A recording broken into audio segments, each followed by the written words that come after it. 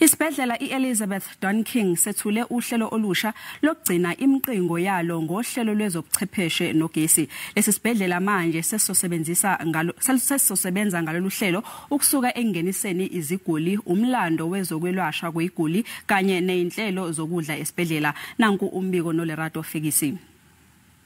Ndiyazibusela namhlanje silapha eDoranginza eGqeberha apho isebe lezempilo launch emergency care unit, the first of its kind apha eMpuma Koloni kodwa ngoMasithethe neMEC Health nomakhosazana Math ngeliphulo abathatha namhlanje. MEC Math masithe kaqala ngeliphulo lenze namhlanje wawazi imphulo banenze ifacility enje apha eGqeberha isikakhumbi apha ngaseDoranginza.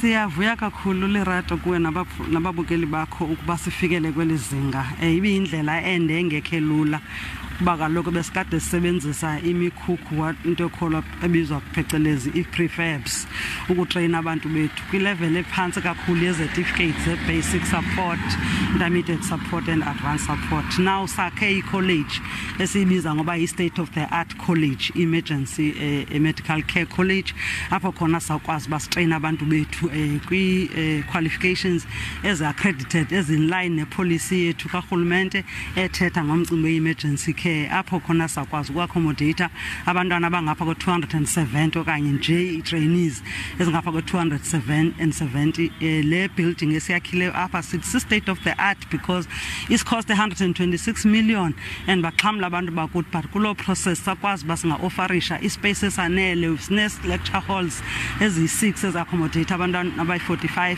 sine-sim labs apho, sine-half Olympic swimming pool ezokwazi ukufundisa abantu i-deep diving ukuya down kwimitha khona ukuze bakwazi abantu bethu ngexesha kufuneka berescue abantu bethu abatshona emanzini bakwazi. As MEC kwisebe lezempilo ethetha about the importance of this emergency care unit as it is only going to provide services to abantu be-EMS but also to young graduates from the institution as well. Kodwa ngoku masibele back to in studio.